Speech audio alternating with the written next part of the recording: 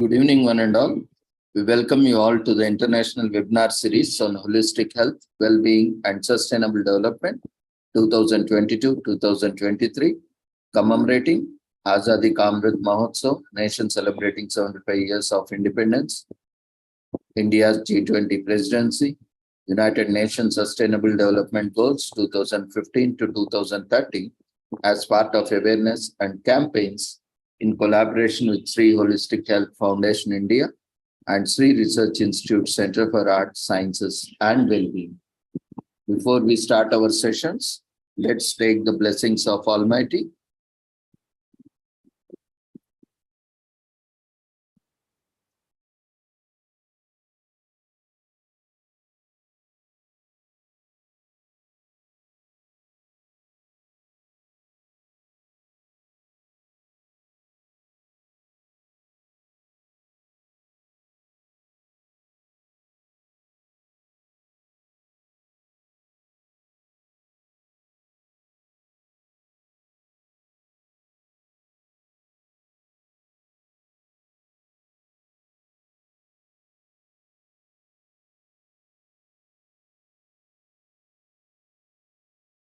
कुरुत्वं कल्याणम् आरोग्यं धनसम्पदः शुभं कुरुत्वं कल्याणम् आरोग्यं धनसम्पदः शत्रुबुद्धिविनाशाय दीपज्योतिर्नमोऽस्तुते दीपज्योतिर्नमोऽस्तुते शुभं कुरुत्वं कल्याणम् आरोग्यं धनसम्पदः शुभं कुरुत्वं कल्याणम् आरोग्यं धनसम्पदः.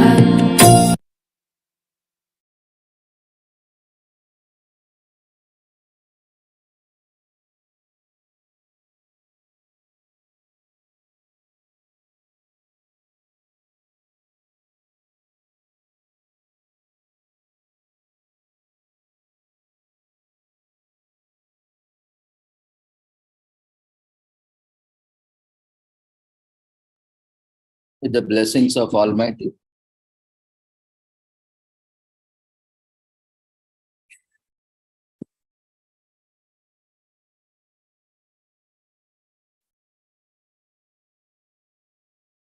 We will continue with today's sessions.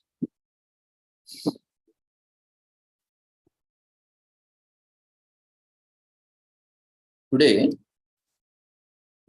there are no international commemorations, but we have at a national level. One international commemoration is there. Apart from that, we don't have international commemorations. Today, we are commemorating International Non-Binary People's Day, which is celebrated on July 14th globally. Someone who does not identify solely as a male or a female is referred to as non-binary. So all LGBTQIA plus all these and all come under this non-binary. So non-binary people can identify as both a man and also a woman, or someone who falls somewhere in between. So everyday non-binary persons demonstrate that knowing oneself and identity is a tremendous tool and that no one can take away. So there is a still lot of work to be done to ensure complete protection and rights for our non-binary friends. But we must also take time to celebrate them. See, here we have to be very conscious about one thing. Though we are talking more and more about, because this all comes, these concepts are not, all are Western concepts where basically, in the West, these kinds of culture is widely prevailing and that culture is spreading across the world. And, India being most populous country in the world, every culture wants to target Indian culture. And, because this is a huge population and a small trend is set and it is very easy to catch as a wildfire and a trendsetter, and, large population will follow. That itself, creates. That's why India, one side is very conscious country and other side is very vulnerable country because of rich diversity. No, it is very easy because India, being Hindus as a majority, has the greatest freedom. No other country enjoys such a freedom. Though the statistics all say a lot, but in fact, no other country has such a freedom of enjoyed by the citizens in such a diverse, uh, you know, such a diversity of maybe ethnicity, race, religions, and all. You can see, I can challenge anyone on the planet, for a debate also for that matter. If you can prove that wrong, and that is the greatest thing that can happen. Because as we see, many times, the world is highly, influenced by the people, those who have vested interest. And today, India is the only country which has never, ever, waged a war against any other nation. And such a peace-loving nation, everyone wants to exploit India or our nation with various vulnerabilities. And also there is one more unique quality that no country in the world has. Because of our ignorance, mostly, it is only because of our ignorance. Neither our parents has put much efforts in emphasizing, because we believe in karma, we believe in God. That we believe, most of the time we say, okay, time will come and then you'll realize. So there is, till that time, it's okay to be deviant. It's okay if you don't follow certain things, if you follow certain things. We give time so that people realize. We don't enforce, we don't compel anyone as such. So that's where the total freedom, the freedom of religion or whatever we call freedom of speech and expression. You see, it is widely prevalent in no other country. Of course, people will always have some excuse saying that, where is the freedom? But you compare. Always people compare with saying one. But many people, even most of the people, I say 90% of the entire world population fails to understand that there is no such rich diversity anywhere in the planet like in India. That is a very first point, or that is a very beginning step where 90 to 95% of the intellectual scientists or so-called, people go wrong. Because, we always say when we compare two things, we should compare similar things, right? Similar in genetic makeup, or similar in species, or similar in that. But when no country has such a rich diversity, how we can compare both and say that this is there, that is there? So that is not possible.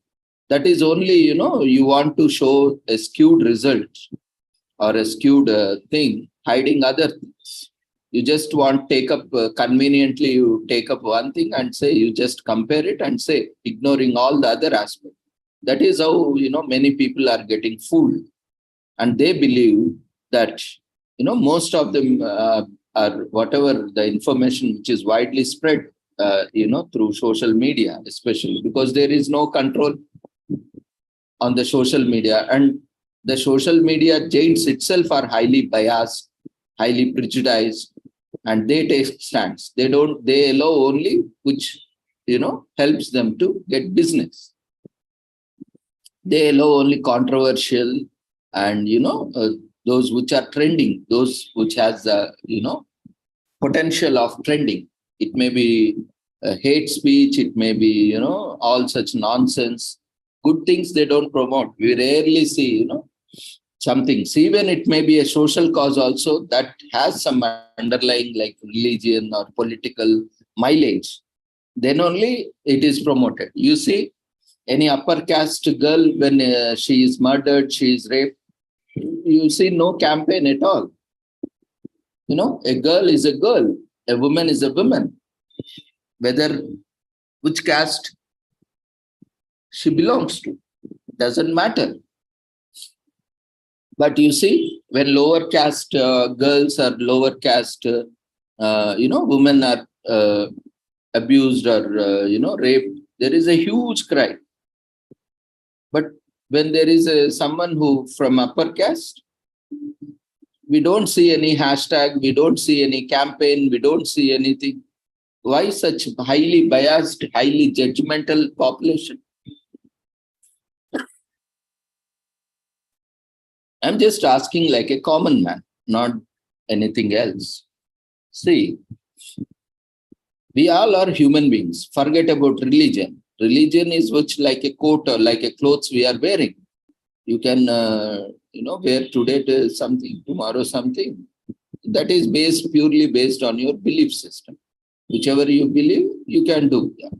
There is nothing that, compelling you unless and especially in Hinduism, no one compels you to follow particular. In fact, Hindus are the one who respect all the religions. That's how, even many religions came up after Hinduism, and they also are targeting Hinduism for various other reasons.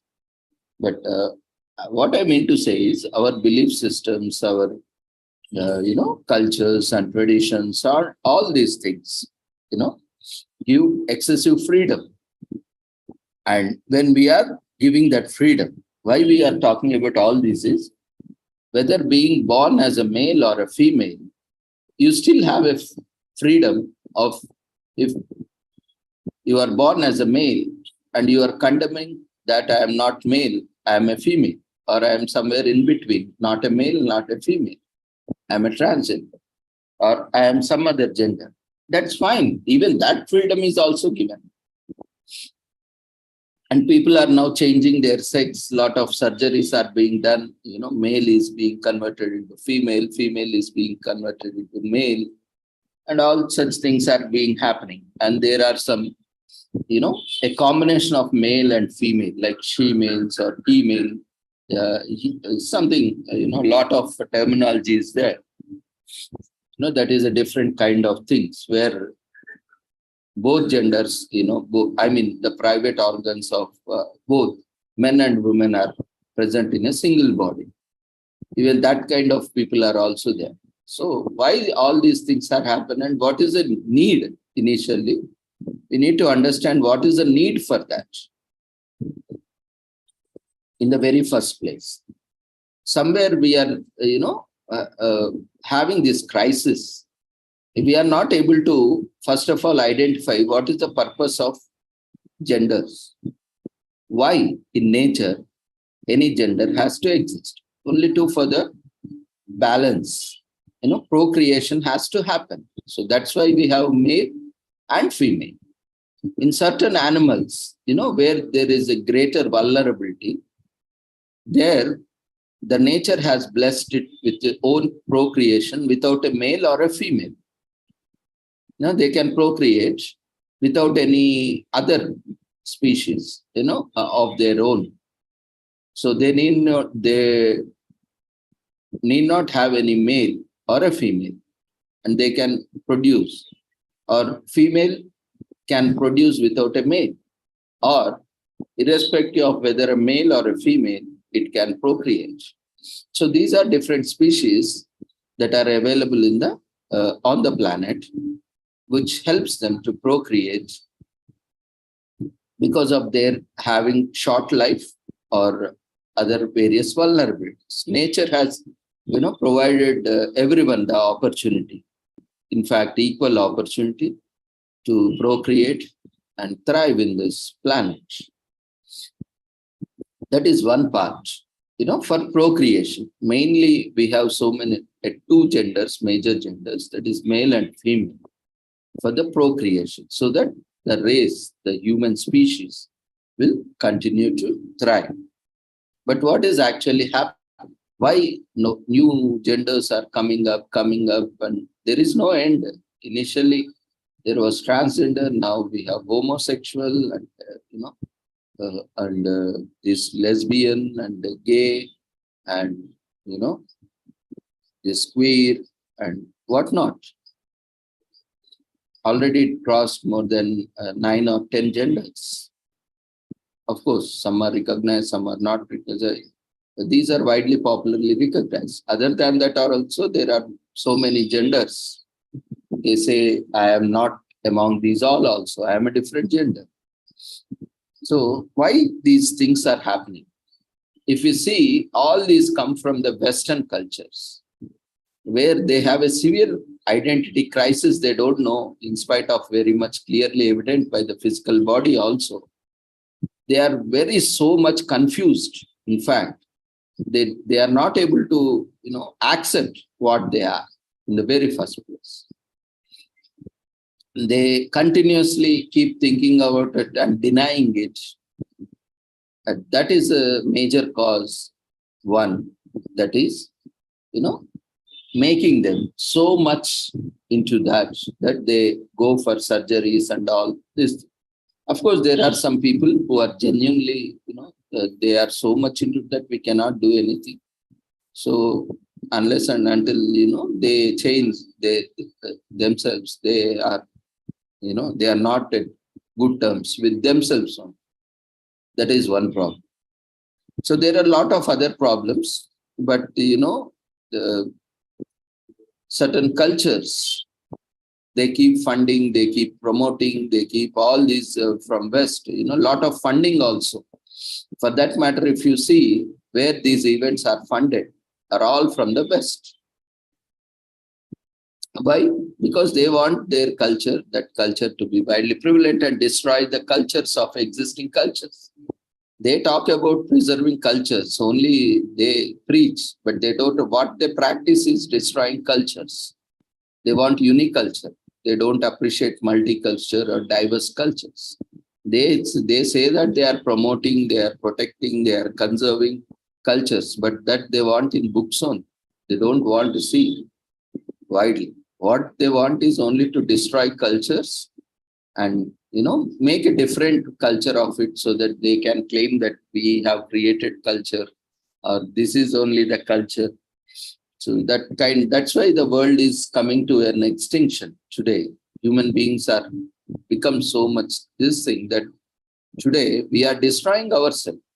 And that is a fact and no one can deny it. And soon, by 2050, 2100, we will be sure that we have destroyed ourselves and there is no one, even God also cannot save us. Because we don't believe in God again. Even our God is also constructed by us. It's not that we believe in God. What we believe that God should believe. Then only it is our God. Otherwise, we have created so many religions, so many divisions that, God is not something which exists. God is what we have created. If that God is not as per our aspirations, then he is not God. So in that way, we have deviated so much from our nature and from ourselves that we are living in hallucination, delusions, and different kind of world. Unfortunately, that is creating harm to ourselves and also to the society. So anyway, we need to be very cautiously think about it, especially, those who don't have rich history, they need not worry because, if you don't have anything left, you don't have anything to lose, why you will worry? Only when you have some rich cultures and heritage, then only you need to worry, you need to work, you need to preserve. So many of these countries, in the West, they don't have any rich culture of their own. That is just hundreds of years. They claim that to have thousands and thousands of years, but all, fabricated, created. They write somewhere. They all are fabricated, created things. So we believe because They say that, we found this, we found that, it is written, there is written, that is written. What is written? No, if you write something, today you also can write something and so this is written. So if it is written, then it is to be believed or what? We have to verify when it was written, why it was written, who it was, in which context it was written, how it was written, by whom it was written. All these things are there. But many people don't have time in the very first place. They are not interested. So that's why they simply believe. Often most of the population are scapegoats because they don't have time to verify. Neither, many people don't have resources, especially uneducated people are far better in these things. They don't believe anything easy unless and until they put lot of efforts, in verifying their logic and all. But educated people are very easy to manipulate. That is thanks to the efforts of modern education, because the education itself has become, valueless education, and also the entire rational or logic of the education is different. They are completely different from the practical world. So that makes them very easy to be more vulnerable to such false information, or they believe what is taught in the books are only evident or existent, and whatever is not taught, that is not existence in the world.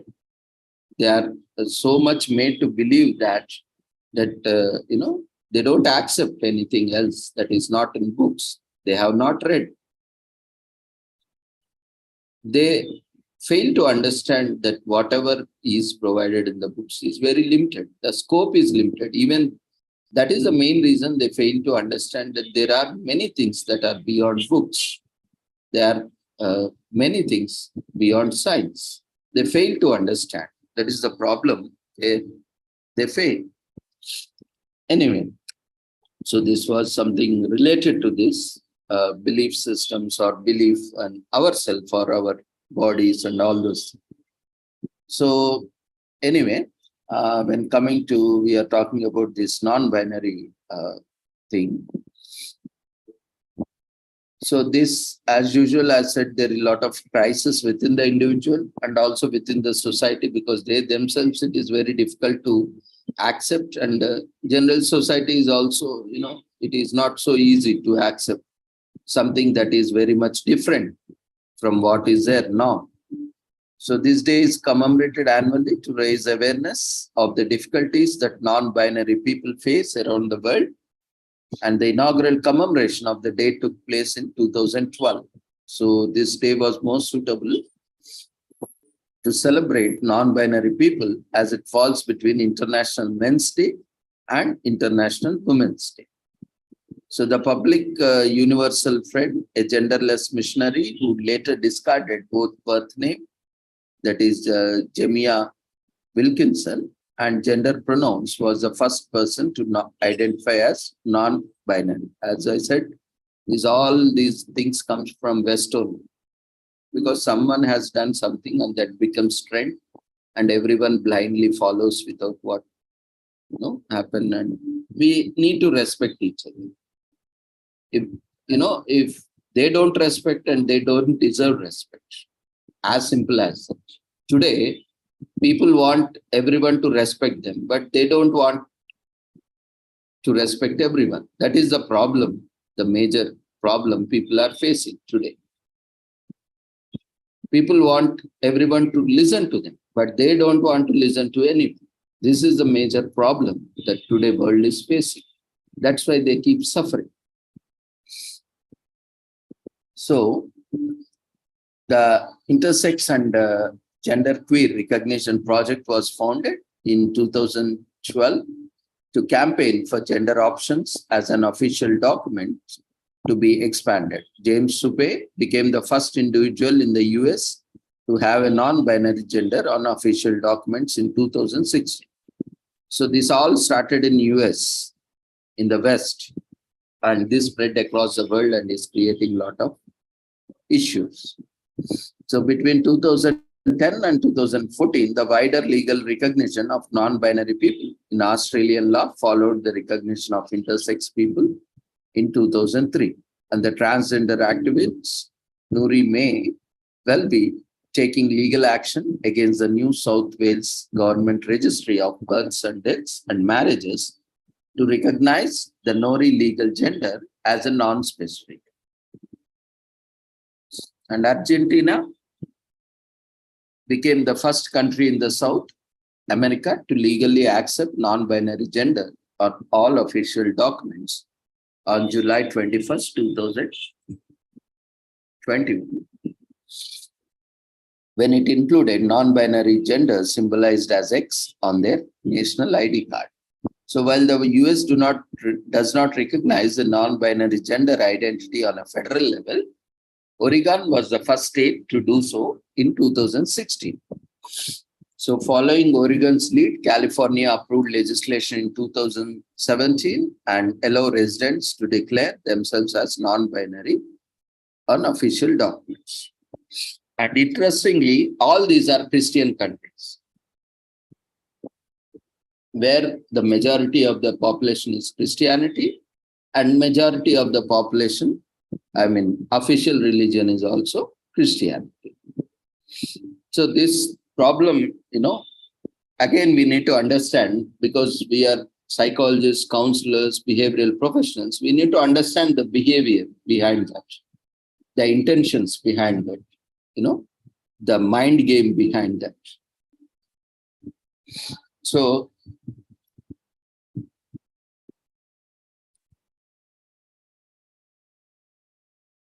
the public awareness, universal friend,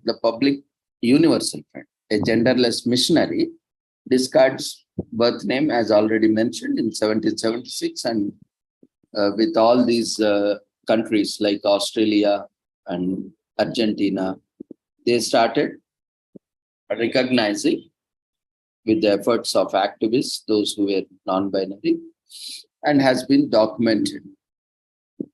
And see, it doesn't mean that there were no people that were existing before that. But the trend, the population, as the population was increasing, many people, even that population is also increasing. So we have mention of this genders other than male or female, or a combination of male and female, even in our, Itihasas, Puranas, not in Vedas, but Itihasas, Puranas, where we had mention of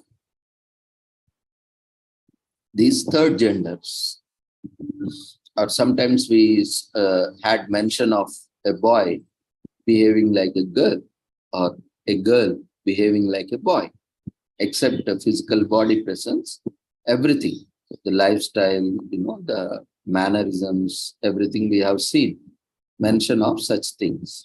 And we have also seen other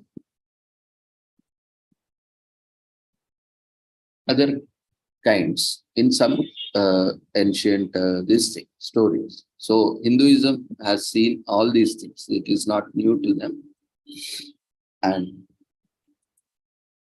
But again, there has been a respect in the sense, everyone was, that was because generally that was a deviance, thought to be a deviance, or that was thought in a different sense, because generally, what happens when we don't see, which is quite general, then obviously, it is a general practice, or, obviously, we think that there is something wrong. That's why this has happened.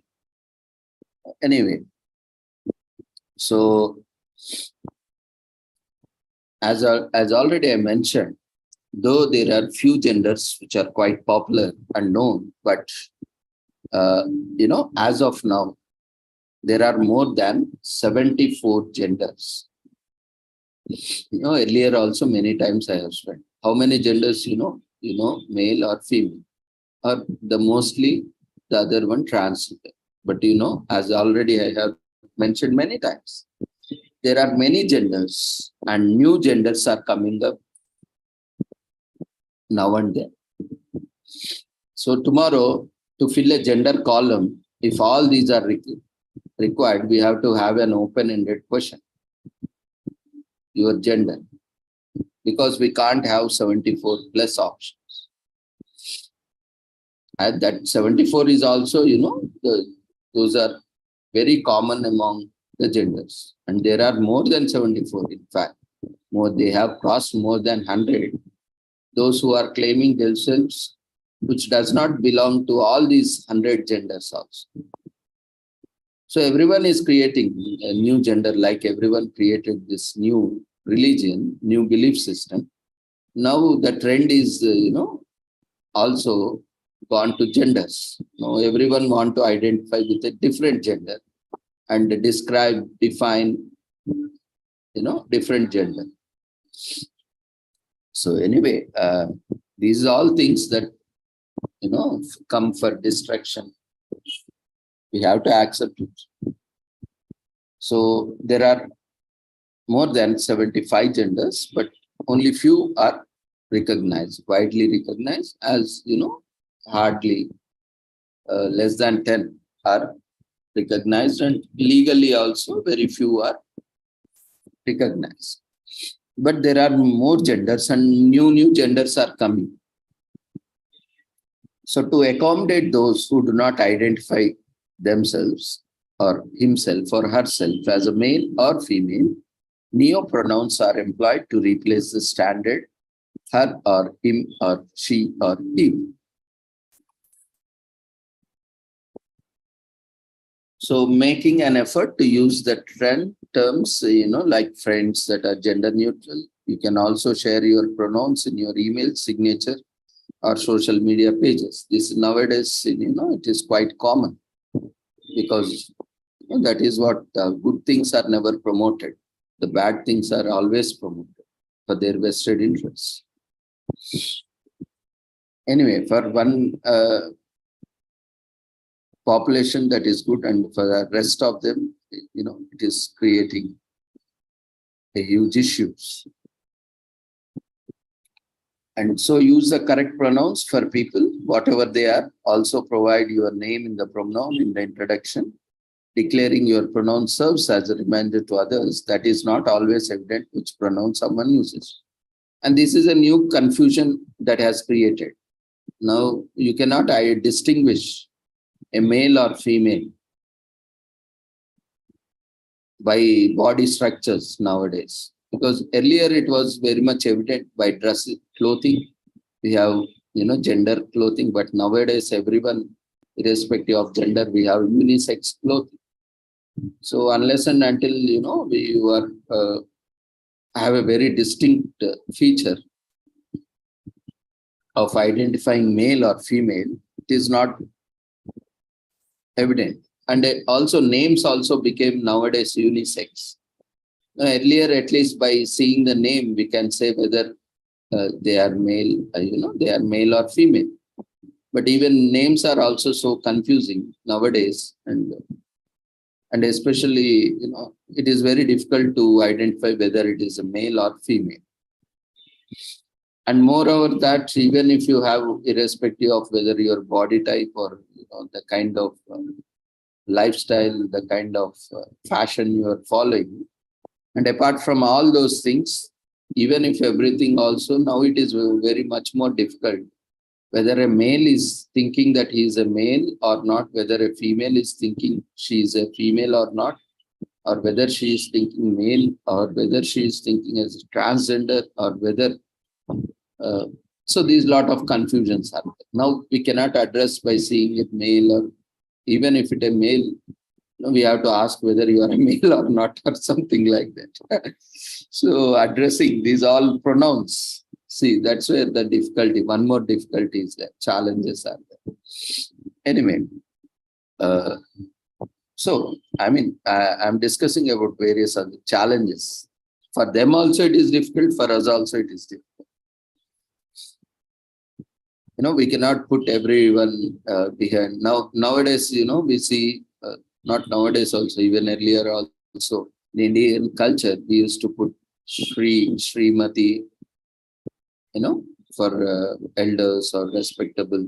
For youngers, we used to put, for girls, we used to put Kumari, KUM. huh? So like that, as we put Mr. and Mrs. or Mr. and Miss, like that, these were there. But nowadays, that the practice is going on. People are not mentioning also that.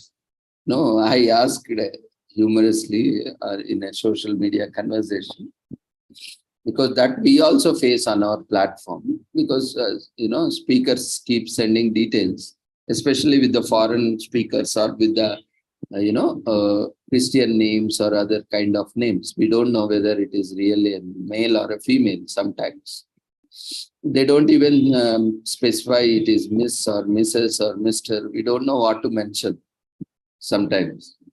So that's why we have seen, you also might observe, there is no at least anything, be suffix or prefix for that names. Unless and until we specifically ask them, they also do not mention. And moreover, nowadays, we see other practice also. Even women, they are not, in spite of married also, they are not putting Mrs. They are putting as Miss only. Even with the married people also, married women also. So now, I mean, why we all are discussing about this is, we cannot identify, with all these traditional practices or traditional methods. Now we cannot identify their gender or their marital status, because they are no longer evident, at least to few or to the larger population. That is one issue, challenge here. Unless and until now, so now only way to recognize is if you put pronouns, then you know whether you are a male or a female or which gender you belong to among these 75 or 100 genders.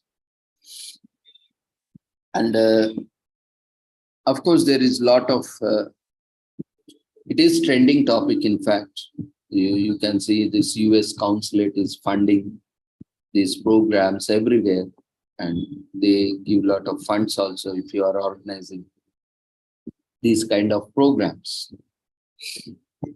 especially on LGBTQI.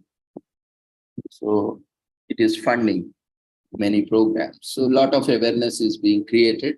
In fact, that is also creating a lot of thought in people also to get converted or into that genders and all those things. Okay, anyway, that is not our business. But one thing, one side, there is always two sides of a coin, as we know. One, always there is one side that is good thing, that is those who are already in that, they are getting some support, recognition, relief. But the other side of the coin, those who are not in that, they are, either provoked, they are even encouraged, or they are motivated, or, they are offended. All these things are happening. That is obvious. When we are doing one thing, always some good is there, some bad is there. Only the portion, the percentage of the good or bad. And again, it depends on the context. And again, it depends on the person. So all these things are there. So this term, non-binary people, is an umbrella term. Others to describe non-binary people include genderqueer, queer fluid, agender, bigender, demigender, pangender, all belong to non-binary. And the non-binary flag is yellow, white, purple. Here also a lot of confusion, which flag or ribbon to use. Anyway, that confusion will always prevail. So yellow, white, purple, black horizontal stripes make up the non-binary flag. This all is one flag only, but they have different colors.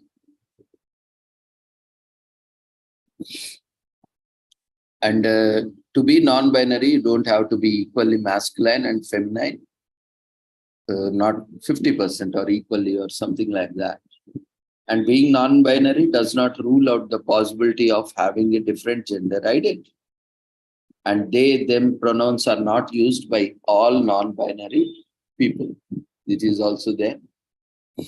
So in recent years, more people have shown support for the LGBTQIA community. However, non-binary population is still stigmatized and discriminated against all across the world. So this day contributes to bring awareness and shedding light on the problem.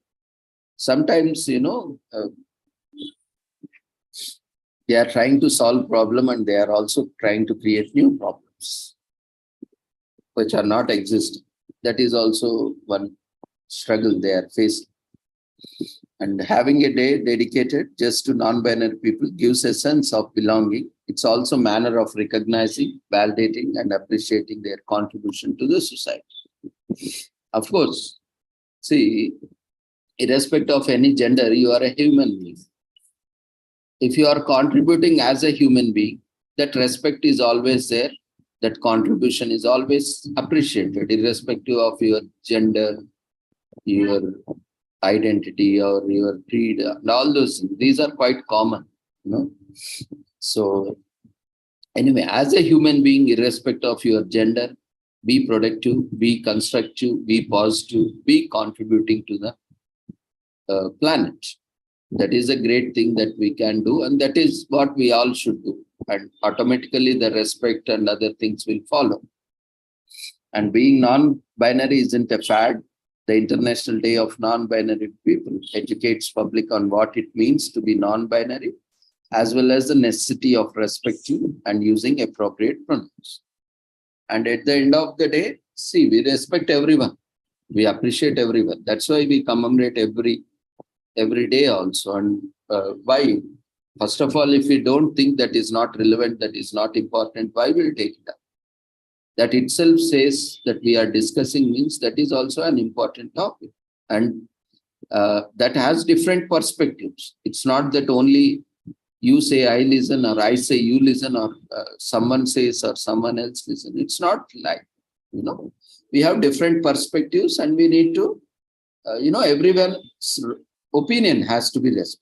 If someone is saying against, respect him or her. If someone is saying in favor, respect him or her. If someone is saying in between, also respect him or her. That is the kind of respect. It's not that someone talking in your favor, you only respect them. Someone talking against you, you don't respect or disrespect them. This is not the kind of thing. So that means you are very much intolerant. You are very much impatient. You don't want to listen. That again, creates a lot of problem. Because you want to dominate. You want to force things on others. You want to dominate others. So that again creates a problem. Because why? They also want to dominate. You also want to dominate. That creates constant conflicts.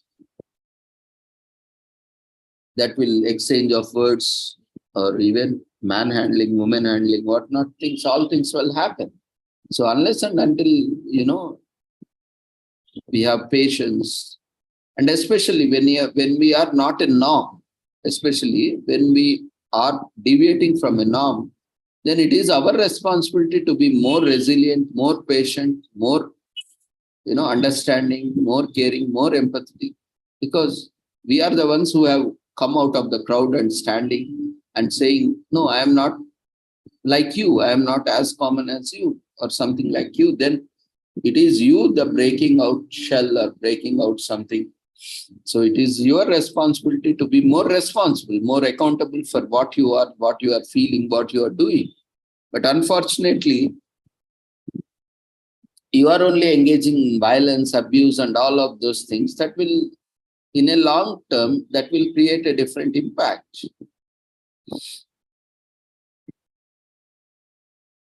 And though you might get recognition and all, but as a human being, what is that you are getting? You may be recognized, you may be identified, you may be respected, you may be valued because the law says, maybe to avoid consequences. But at the end of the day, as a human being, you lose your value. As a human being, you lose your respect.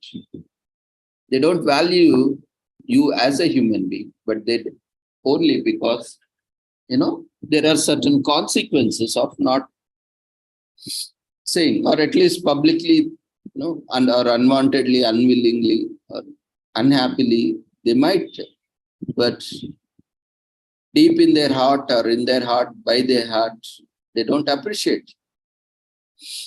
This is a problem. So anyway, as a human being, let's respect everyone, irrespective of gender. Whatever gender is, that is a different thing. But as a human being, irrespective of which religion, which race, which ethnicity, which color, we all need to respect each other. It's not that you have to listen to me or I have to listen to you, or I will only listen to you or you will only listen to me, or I will only say you have nothing to say, or you only say I have no right to say. It's not that those things doesn't work actually. So we have to live in harmony, irrespective of all these things. Then only mutual respect, use respect, and peace and harmony. So today is also National Break Free from the Big Three Day. It's US is an opportunity to break free from bad habits. What are these three things? One is bad habits, bad relationships, and stale mobile plans. And this is, created by Xfinity Mobile. It's a mobile company. It's a marketing strategy, of course. So most of these days are only business, for creating business only, for selling of greeting cards, gifts, and all those things. They don't have a very good significance or a social cause or an environmental cause like our festivals. But they are celebrating they don't have all these things. So they are creating all these days. The other reason why we are taking up is, we don't appreciate our own festivals, our own important days. See how they are, and that have a very rich culture and tradition from thousands and thousands of years they are following, and they give lot of benefits, physical benefits, emotional, social, economical, spiritual. So many benefits they give, but we are very much ignorant. And see the rest of the world, how they are celebrating, taking up some silly things and creating it as a very important day. And, as we have seen almost from 2.5 years plus, we are daily doing commemorations. How many new days you are listening to? I am also, gathering. You can see, you can compare with our own festivals, which are there from thousands and thousands of years. And these are just created, some are just created, launched in this year only. Not, no commemoration is more than even 100 years old. And they are being widely celebrated and in the communities which they are recognized. So we need to understand, every culture. Why? Because it is created by them, they value, they promote. But what about our own culture, our own traditions, our own festivals? We are not promoting, we are not following, we are not practicing.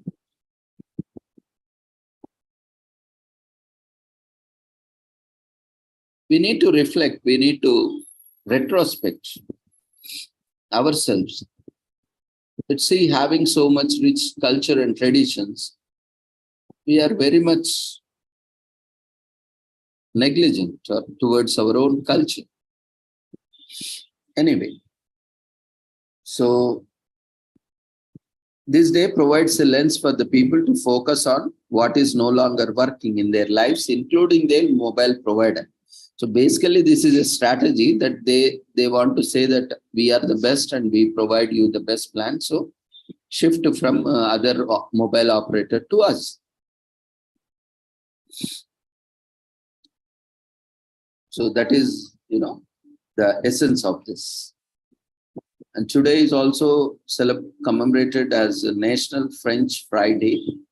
All this junk food will come because they want to sell, they want to make business, want to make people eat. So all these things will be there. So those who like French fries, that is also a lot of people are dying with strokes and cardiac problems at very young age. So be conscious. We are just talking about such day exist and how that came, but don't take it as an excuse and start consuming French fries as a dinner or something like that. Okay, because your health is also important for me along with my health. It's not that I promote business, so I say this is French fries day, you eat French fries. No, at least I am not like that. Okay. We all have to be healthy, happy. So this day is an opportunity to take time to sample some golden brown potato slices, but be conscious of your health. So the origin of French fries is more likely not French at all. Okay, don't assume that French fries came from French. Potatoes were being fried in Belgium way before French, but not more than later. So many people might be thinking French fries came from French, but it's not true.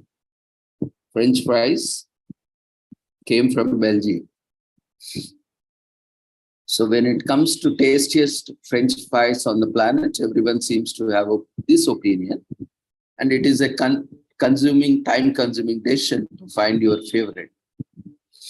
And because, potatoes are generally famous, whether it is a French fry or anything. Potatoes are, everyone most of the population loves potato.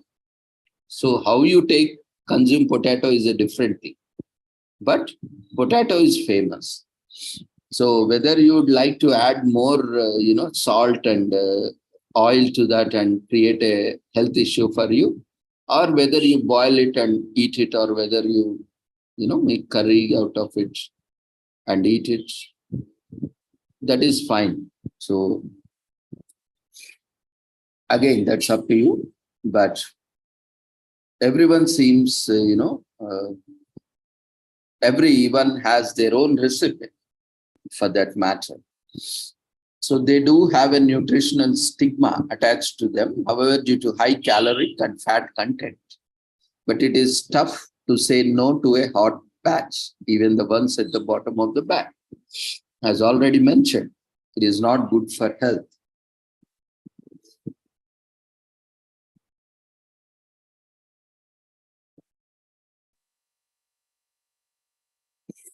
So then what does this French fries mean? The term French fries refers to the deep fried slices of strips of potatoes. While these precise origins are unknown, they are hit the culinary scene somewhere in 1700s.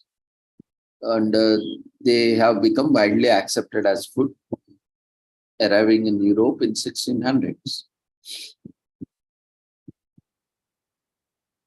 But the part of the credit goes to French for popularizing frying foods and selling them in public streets called frites. That's how it is popularly known as French fries, because they, popularized it. And the other theory is that World War I soldiers who were stationed around Dinant in Belgium took a liking to the local finger food known as pommes frites and took the idea back to them. And this is when French fries really took off and became mainstream in the US. So though it doesn't came from, France, but France has widely promoted it. So that's how it is still across the world. They are known as French fries.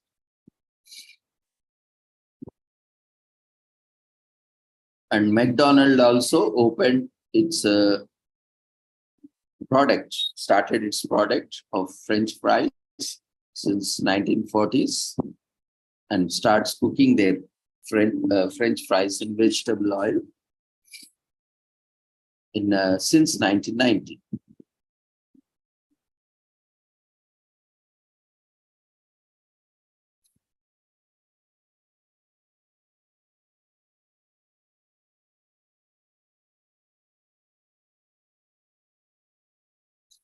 And today is also commemorated as National Mac and Cheese Day. So Mac is short form for macaroni. It's kind of like of a Maggie, where pasta and this cheese is served as part of cuisines.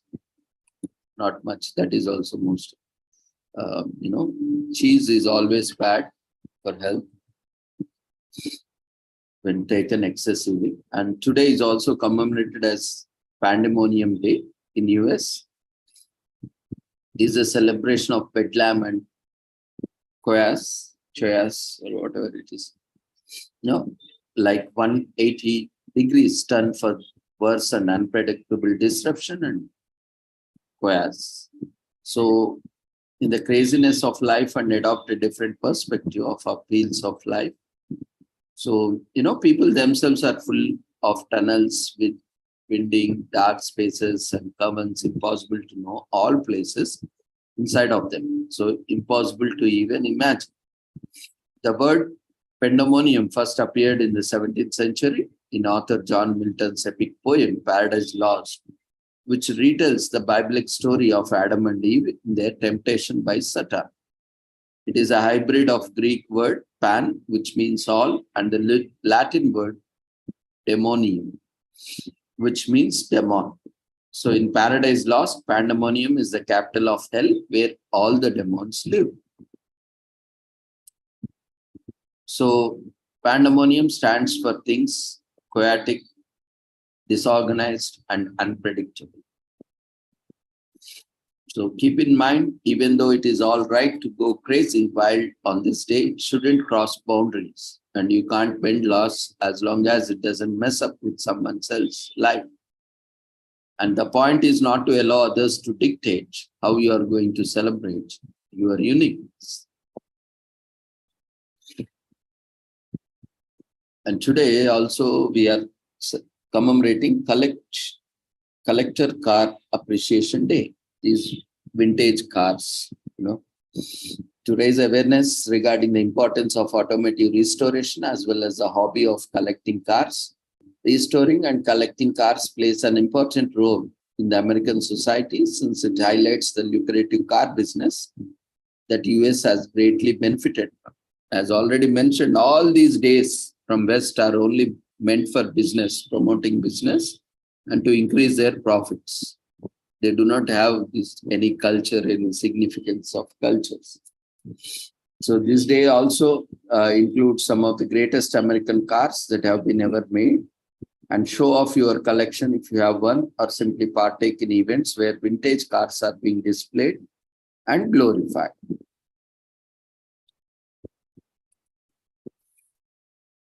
Today is also commemorated as Matricky in New Zealand to celebrate the first rising of Pleiad star cluster. So though dates vary from year to year, this year it will be celebrated on July 14. So Matricky is Maori word used for the cluster of stars known as Pleiades. So this celebration marks the beginning of a new year in Maori culture. And the first celebration of Matricky is a government-declared public holiday since 2020. And the name, as already mentioned, Matariki, is a Maori name for the cluster of stars called the Pleiades, otherwise known to the Western astronomers as Messier 45, in short M45.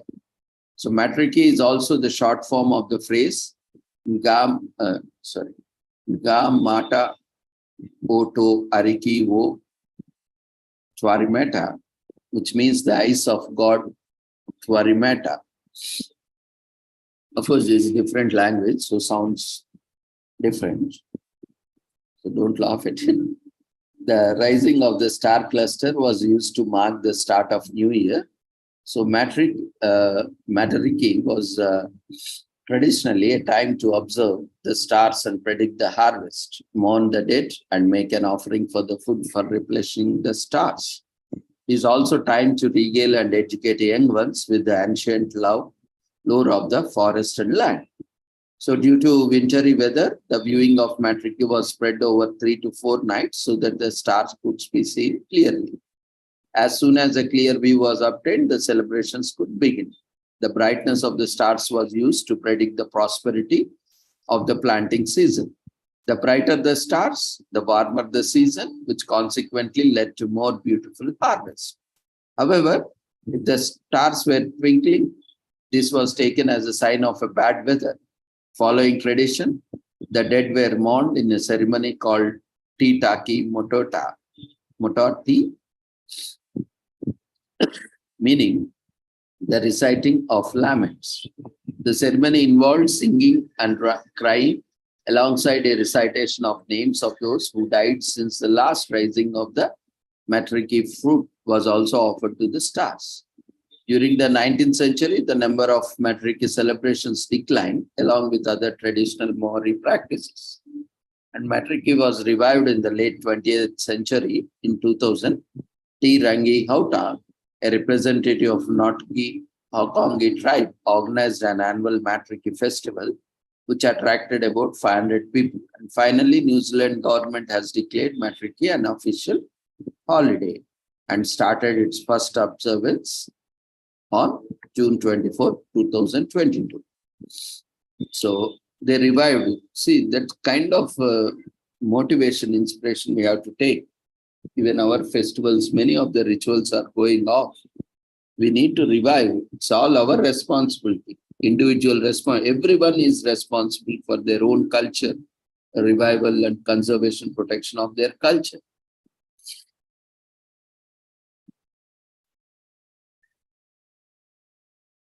Today is also commemorated as National Be Nice to Bugs Day in US.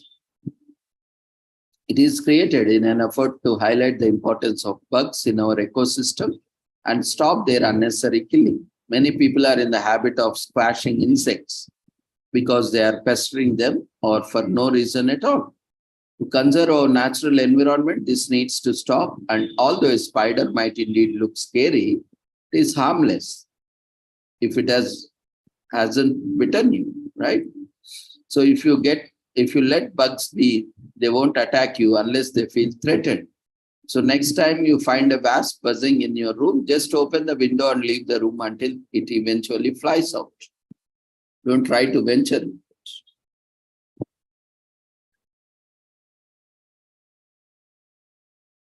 So Kiana Monson started this day in 2021 to remind people to give a second thought to killing bugs and insects. She encourages us to learn, respect, and acknowledge their existence instead of swatting at them out of fear. They are innocent beings who harmlessly go about their lives unless they are provoked. So there are many entomologists and bug collectors who study and deal with insects without getting harmed. Many people rear silkworms, which according to the history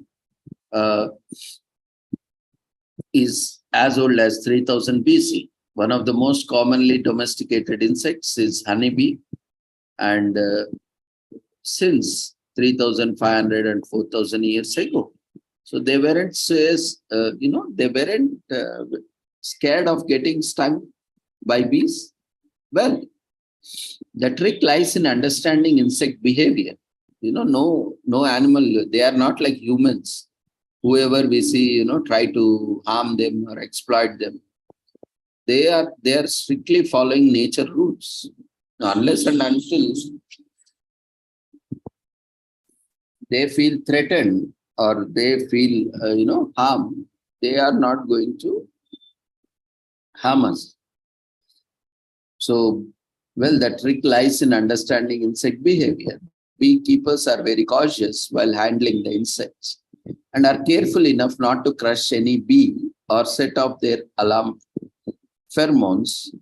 Of course, this takes weeks and months of practice, but once you learn how to read bees, you know how to deal with them. And the same applies to other insects too. Having said that, we are not asking you to pet a tarantula to prove your love for insects.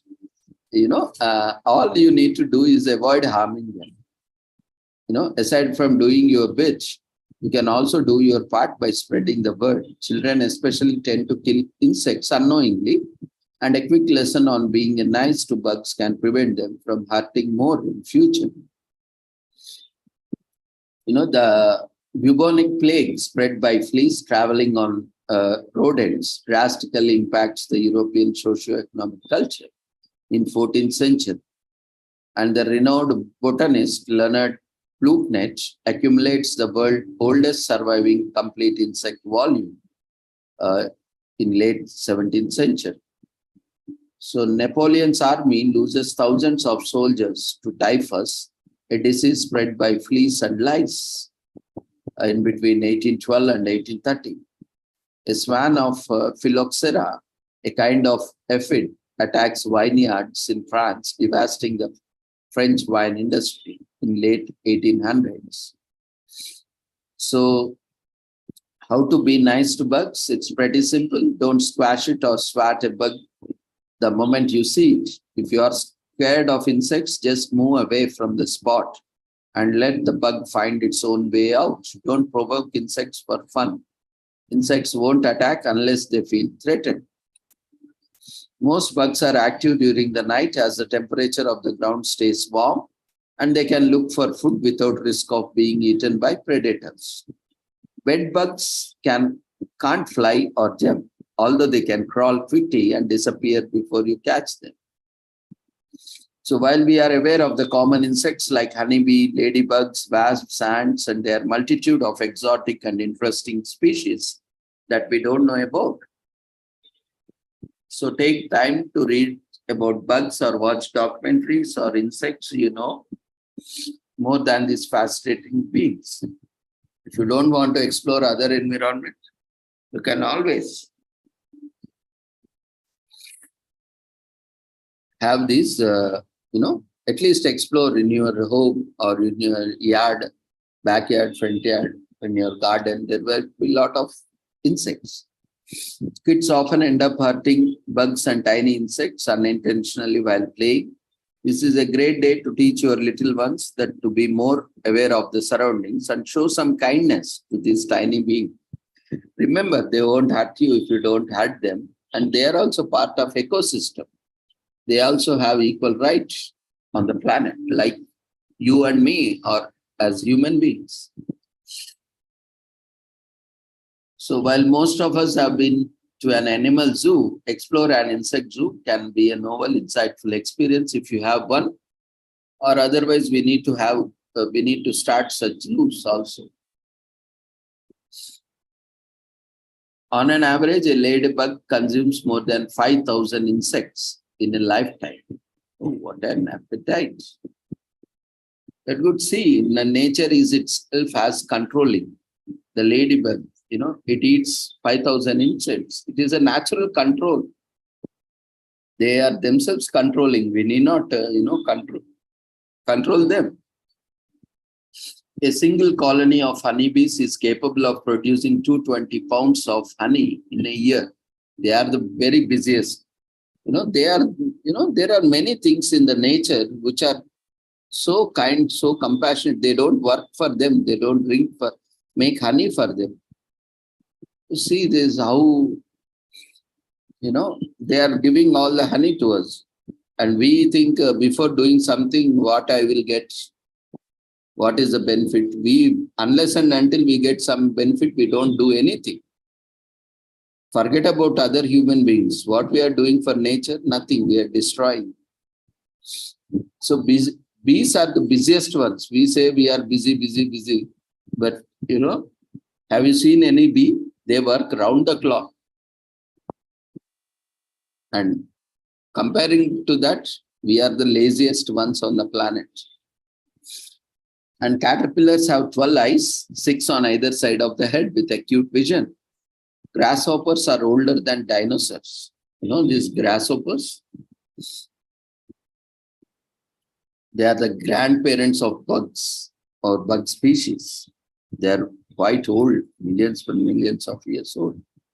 And bugs and insects are found everywhere except Antarctica. That is -degree now, thanks to our human invasion, devastation, that also gone to 80 degrees and somewhere that time. So a no bug zone also is becoming bug zone nowadays. And the world belongs to every other organism as much as it belongs to us. So this day reminds us to exist with all other inhabitants of Mother Earth, including bugs and insects, in peace and harmony. And from pollinating plants to maintaining soil structure, bugs play a key role in balancing our ecosystem. We have seen recently, we also commemorated this Forest Day and all other things, days. Na? So there also we have seen how, these insects and other are playing crucial role. Ants especially, they dig up of mud, and so that they make it more porous, so that more water, more moisture can be retained. Otherwise, it will become hard like a rock. So water absorption will also be less when compared to that. So the porosity, only when it increases, we have seen recently also now this urban forest, these forests are becoming less and less. So to promote that, we need them also, because they don't expect anything. As we human beings, for everything we expect something, and most of the time our expectation only hurts us. They only demotivate us. Without any expectation you get lot of satisfaction. But with all expectations you will have the greatest disappointment. Again, you'll think, why I have done that? So instead of that, you could have done it without any expectation, and how much happier you would be. So that's why, these bugs, especially, and insects, we need to protect them. If bees go extinct, we have also commemorated Bees Day, and we have seen that, if bees goes extinct, then there will be no pollination. No pollination means no fruits, no flowers. And where we will eat food? How we will get food? How we will get fruits? How we will get vegetables? They are doing a lot of work for us, at least not for them, at least for us. But what we are doing, we are killing them. So we are destroying our own nature, our own environment, our own planet, and also our own friends who are helping us without expecting anything from us. So once the rate of pollination stops, this happened in China also. The availability of crops and diversity of fresh produce will decline substantially. Eventually, this will lead to fall in human nutrition and affects our health, and also humans also will die of malnutrition or undernutrition, and also no food. So what they will do, they will eat each other and they will die. They will also become like extinct animals, other species. As simple as that. So that is going to come soon. And we are just watching the trailers of the movie, and the final movie will come. And by that time, hope at least some human beings are there on the planet. So being nice to bugs simply means being kind to them, and kindness in general is a necessity virtue that can take you a long way in life. And today is also commemorated as National Motorcycle Day in US. So on this day, again, a word of caution, lot of accidents are happening, lives are lost with this overspeeding and racing and all those things. Don't venture into that, taking today's motorcycle day. But In US, they hit to road to experience ultimate pleasure of long rides, and motorcycles are what make the ride an experience. And the wind on your face as you hit high speeds cannot be experimented. It's good to die soon also and kill others also in a sarcastic way, not that, no, inside a comfort of a car. Motorcycles made for those who need more from a ride. And it is also much affordable compared and low maintenance compared to cars. So let's ride and enjoy this dedicated to motorcycle, and remember, ride responsibly. Don't kill yourselves, don't kill others, don't harm yourselves, don't harm others. Be responsible, be conscious of the environments, roads, and make sure you are enjoying, but at the same time, you are not creating any problem to others. So the wind lashing your face, the view on both sides of the road, the roar of the engine as we hit the throttle. A motorcycle is not a ride for everyone. A ride is ethereal feeling, a lifestyle and an adventure. Every ride is a new experience that can teach us something new. But the ride can also be dangerous if done irresponsibly. It can cause accidents and sometimes even loss of life, and even it can also cause the loss of limbs and other organs and make you permanent disabled. So National Motorcycle Day promotes healthier and more responsible riding, even as you appreciate the simplicity and fun of riding a motorcycle.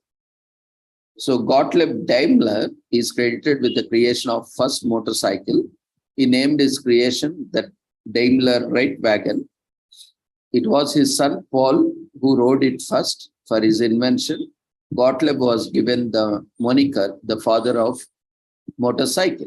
The first motorcycle ran on a single cylinder Otto cycle 4-stroke engine mounted. The engine was mounted on a rubber blocks on a wooden bicycle frame without any pedals. So Edward Butler created the first commercial motorcycle with a 3-wheel design with a horizontal single-cylinder gasoline engine. Its engine was mounted between 2 steerable front wheels. Power transmission was achieved by a drive chain to the rear wheel. Today, the shape, size, and other features of motorcycles are unrecognizable from those of their ancestors. But it is a powerful machine that makes road trips fun, adventurous, and memorable.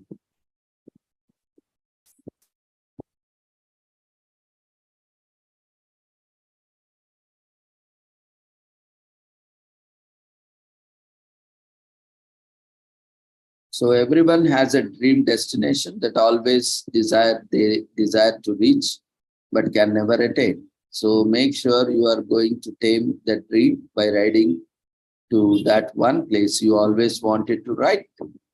Join a riding group. Everything is 100 times more fun if you are with like-minded friends. So that's why, even in our rich culture and traditions, they say be in satsang. Satsang means like-minded people. You'll get more benefits. Even it may be spiritual benefits, even it may be materialistic benefits. So if you are with like-minded friends, join your friends for 1 week motorbike race or 1 day or explore the wilderness.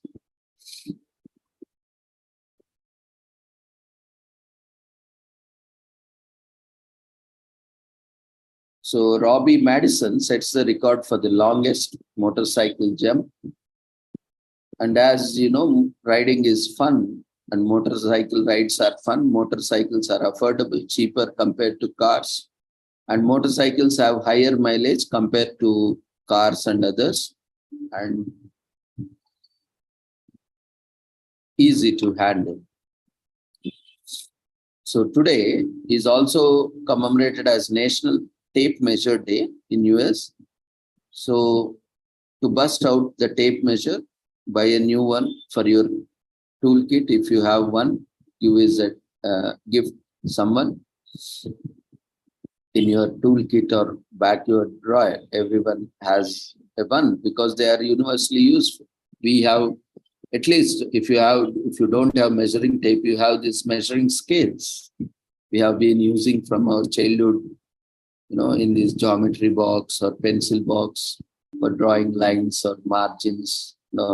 Even today also we use, I don't know, but I use also. On my desk, I always have a scale.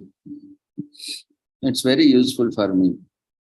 Might be many, So the tool is so essential for many professionals and tasks, from building a house to measuring an inch, has been around in some form or other hundreds of years. So ancient peoples had sometimes measure or draw a straight line, or some of the earliest representation of rulers or tape measures date back to 2650 BC, where there is evidence of rulers that was used in workshops during that time.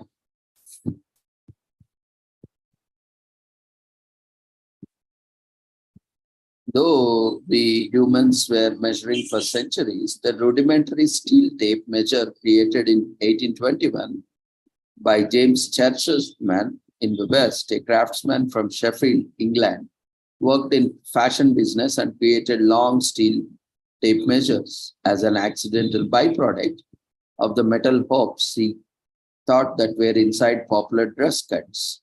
Hoping to make a bit more money by selling them off to surveyors, Chesterman lined the tapes with graduated markers and sold them as a lightweight, compact steel band measuring chains. Other measuring tapes followed, notably Anton Ulrich created the folding ruler in 1851, which consisted of 6 stacks rulers united by pivoting hinges.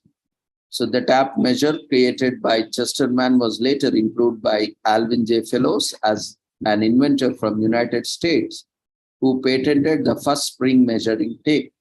Quite like the one we see today, his measuring tape was also encased in a small circular container, and he added a locking element that extended, that now we are familiar with. We all know, at least those who have seen or used these tapes might know that.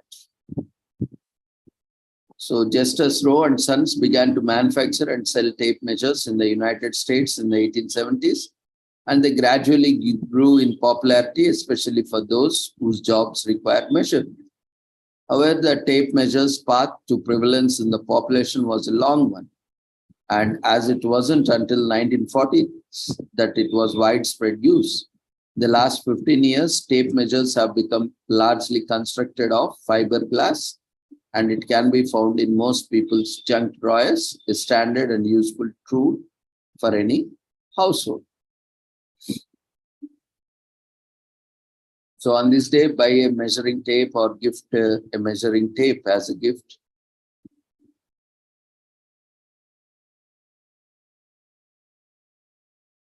And some have special measurements like inches, feet, meters. And there are also different types of tapes: long, short,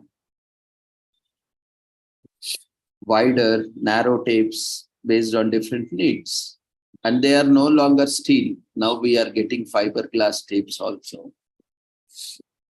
and along with other materials. Today, even we have digital format also.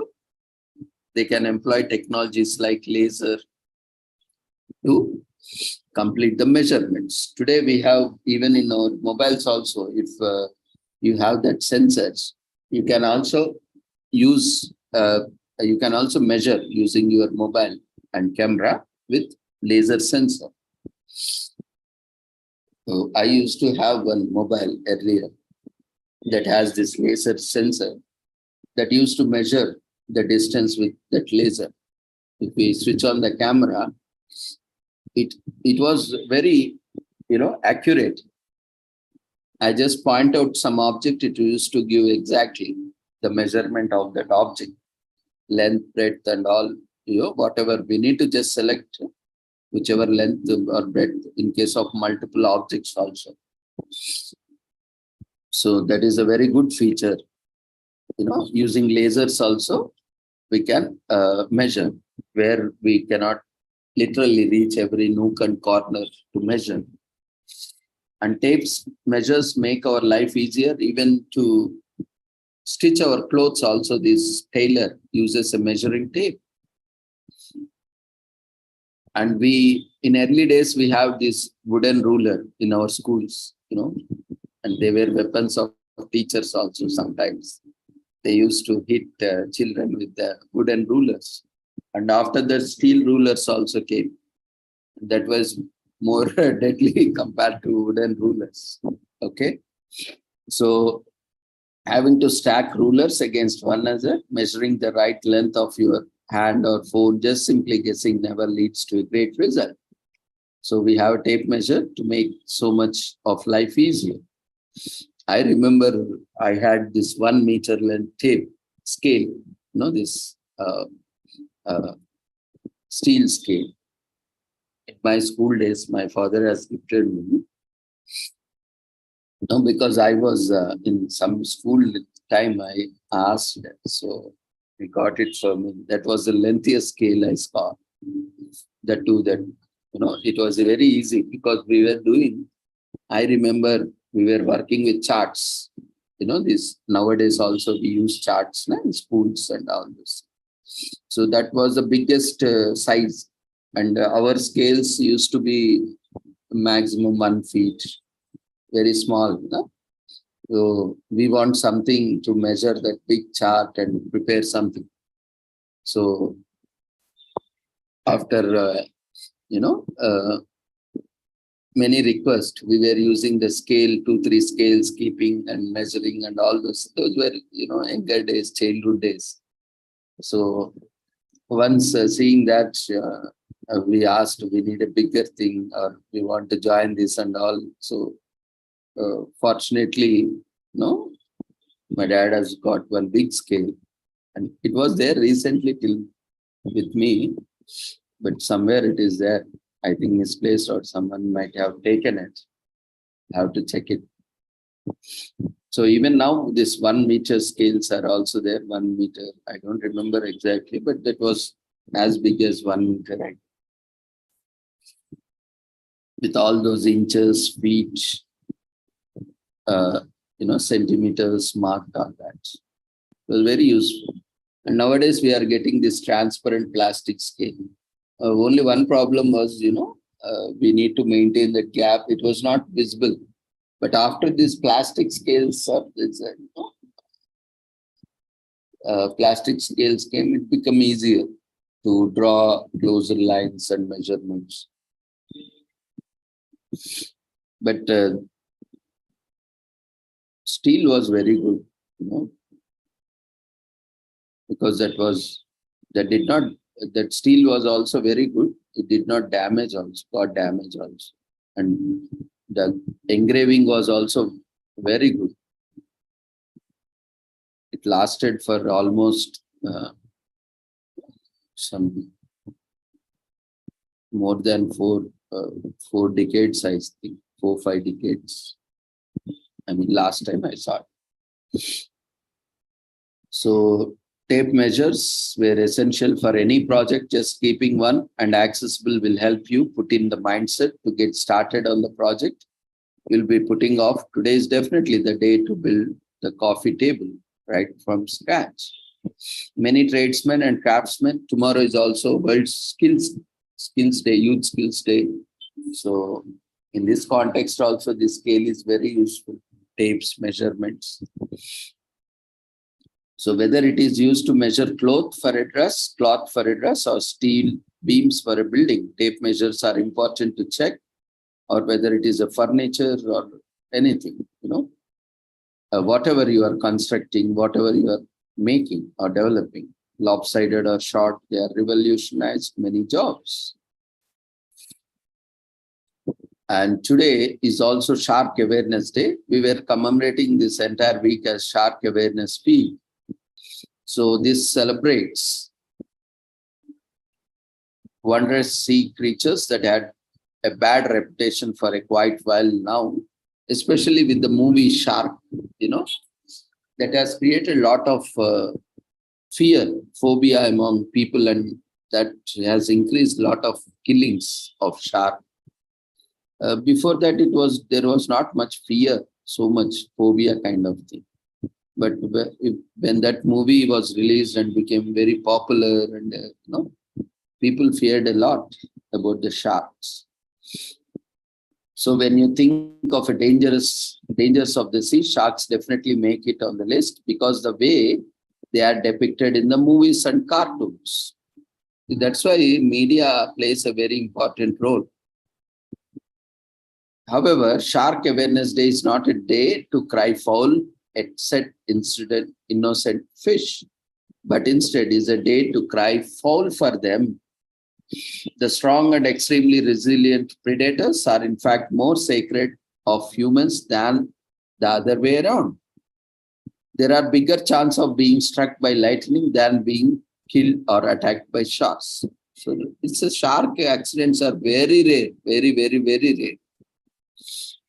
More people have died with lightning hit them than sharks. That means, hitting a lightning itself is very rare. And you can imagine how rare is,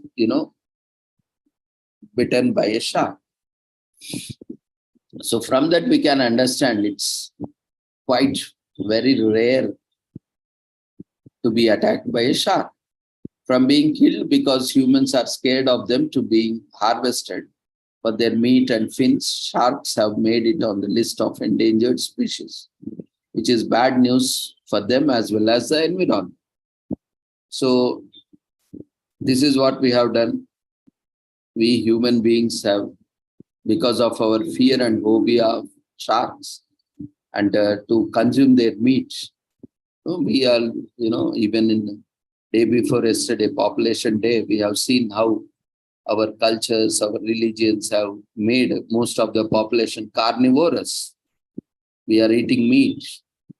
So that's how our religions, our belief systems promote us to eat, to follow such things which are detrimental to the environment and endangered species. Even sharks are also eaten for meat and they are hunted for fins. We are not leaving any species on the planet.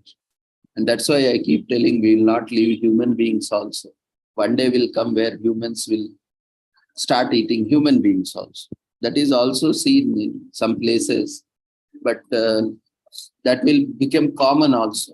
Because after eating everything, what is left? Only human beings will be left to be consumed by humans. Then obviously humans will start eating humans because already we are used to eating of all these. We became carnivorous, na? And again, going back to plants, we have an option now, we are not going. And tomorrow will not have an option. If we want to go also, there will be no option of being carnivore or herbivorous or anything. So anyway, so Shark Awareness Day has its origin in the US, but the day's goal of raising awareness is favor of set of sea creatures are universal across the world. Sharks, like fish, date so far back in the history that many scientists refer to them as living fossils. In fact, sharks are older than trees and dinosaurs, with later having roamed the earth only 230 million years ago. Sharks, on the other hand, have been on the planet for more than 420 million years ago. See, they are there from millions and millions of years, and we human beings came on the planet and destroying the entire planet. I think human beings have been created only to destroy the planet. And no matter what, we'll take the credit, but this credit will be there forever. And we can never, replace this great destroyers of the planet. Human beings will have all this, entire credit of destroying the planet. So they belong to cartilaginous group of fish because most of their skeleton is made up of cartilage, except for their teeth, which are hard, sharp, strong to snag and break down their food. Their sleek body shapes aid in providing agility when swimming. Sharks also typically have 5 to 6 slits on their sides and pectoral fins that are not attached to their heads. Over the decades, shark numbers have dwindled due to several reasons. People have been hunting them for their skin, meat, and fins all over the world. This overfishing has led to many shark organizations lobbying to make the shark meat trade illegal. Yet many fishing companies refuse to follow the laws and protocols, continuing to catch sharks for their personal gain. Moreover, the scary and dangerous image of sharks created by pop culture has led to many unnecessary killings of the fish. According to the studies, the research, the shark population has reduced by an exponential 71% since 1970. Such a situation is alarming because a reduced shark population have grievous impacts on the environment. Sharks keep the ocean health in check by keeping the population of other sea inhabitants under the control. For example, sharks prey on sea turtles who eat seagrass that is important for carbon storage. If the sea turtle population increases, the carbon stores are threatened, and by extension, so is the environment. So, like that, many species are consumed by the sharks. They are the predators. And that's why, this nature has perfect balance, but we humans are the perfect imbalance on the planet, which are creating a lot of imbalance by messing up with this species.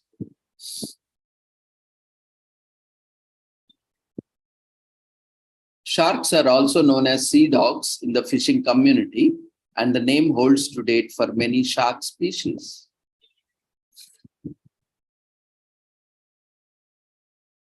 Some species of sharks are bulletproof. For example, whale shark skin can be very difficult to penetrate because their skin is 6 inches thick. And sharks, like any other creature, are afraid of anything that may pose a threat to them. This is why they will only attack if they feel that something is constantly threatening them. White sharks, for some reason, avoid orcas. For example, they will abandon any regions known to have orcas in them. So sharks are hunted for their meat, skin, and fish. Many places in the world offer special fin soups or products made out of shark leather. So boycott such places and encourage others to do so. Spread awareness about the day by talking about and taking this cause to others with others. Pop culture have enough damage to shark image. Now it's time for you to join the force to undo damage by spreading positivity about the fish. This Western culture is creating a lot of problem. It is destroying the entire planet. Shark and environmental protection organizations need your help more than ever. They require funds and promotion, and you can help with that by donating or spreading the word. The 7 rows of the teeth, shark lose approximately 30,000 teeth in their lifetime. And this is why we find an abundance of shark teeth on the ocean or seafloor. Sharks that live on the deeper ends of the sea tend to have larger eyes to see better. Sharks have teeth on the outside too that are called dermal denticles, and those help them swim much faster. Sharks can have extremely long gestation periods, some even lasting up to 4 years. Sharks have amazing hearing abilities as they are able to hear the slightest of the movements up 1 kilometer away. And they are very sensitive also. They can sense a blood.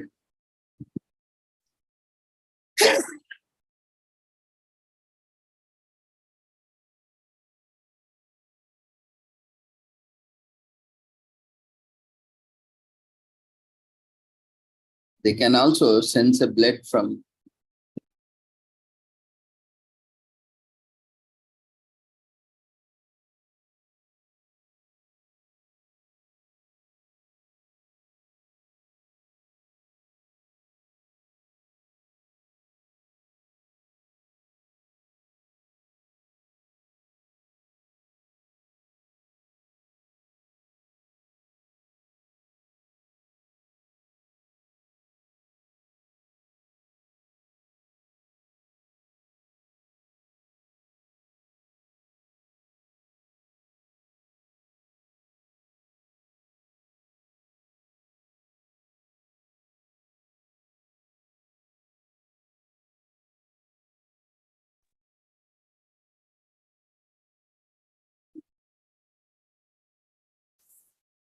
Sharks, like any other beings on the planet, deserve their own space to live. Humans' unobstructed pathway to destruction has led many of the world's creatures either to extinction or put them on the endangered list. So sharks are one such fish species that deserve our help and voice for our protection and preservation. And it's a celebration of survival and it's a celebration of environment. Sharks known for their strength, agility, stealth, and intelligence, but this sea creature is also famous for its amazing survival stories. It has survived many mass extinction events. It is also one of the oldest creatures that has survived to date. And another attribute to the list, sharks are greater environmentalists. As apex predators, sharks help regulate marine populations and diversity. Sharks also help maintain healthy gene pool. Without them, the environment would take a turn for the worst, and we have to face a lot of adversity.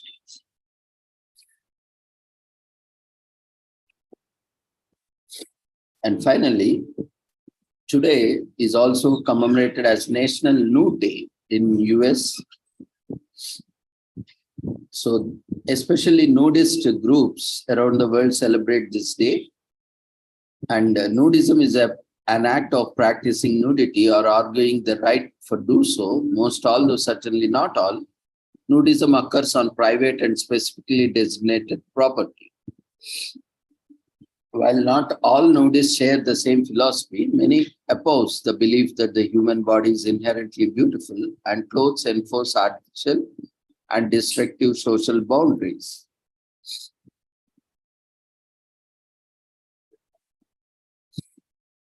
So basically, many pursue that this as a perverted notion, but there is another perspective that freedom and aesthetics of the human body needs to be celebrated. And there is an entire movement devoted of this concept. And this also, as mentioned, it is from West. All these Western cultures are devastating, destructive cultures. And we have seen there is an entire movement devoted to this concept known as naturism or nudism, although two slightly differ. It started in New Zealand, and from there it spread to other Western countries. So it came into being when former rugby player turned television presenter Mark Ellis dated viewers to stick in front of New Zealand's former Prime Minister, Helen Clark, sometime at the beginning of 21st century. So it is now celebrated in 30 countries. See, that is how these all bad things, spread across the world like a wildfire.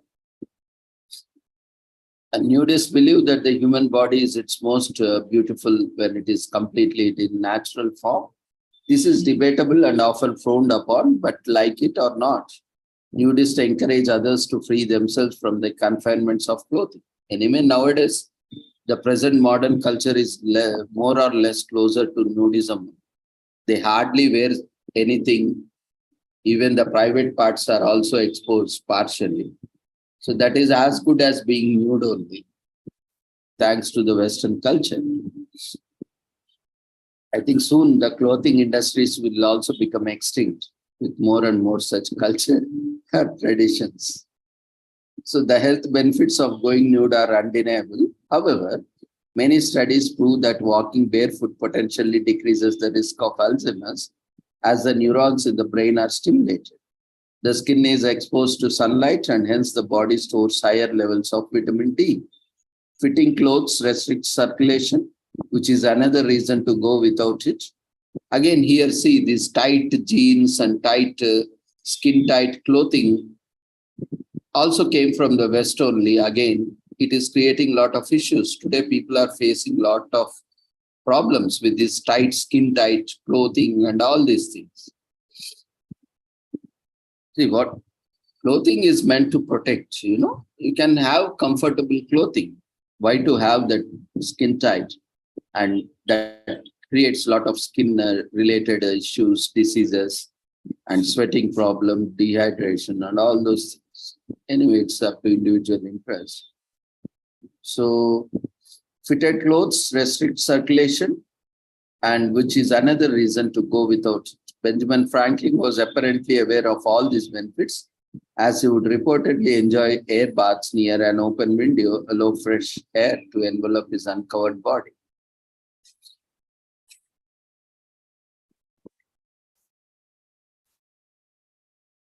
So, okay, this is fine at that point, but don't try to go here nude. You'll end up in mental hospital or in a police station.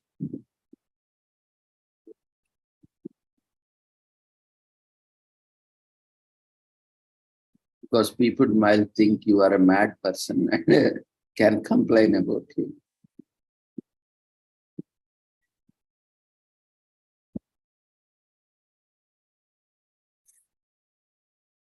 So we have other monthly commemorations. Let's take few.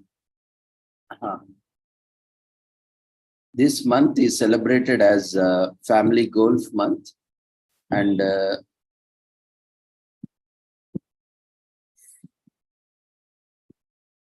various other commemorations are there. We'll quickly take up 2, 3 and close it, because already we have time. So today is commemorated, this month is commemorated as Family Golf Month.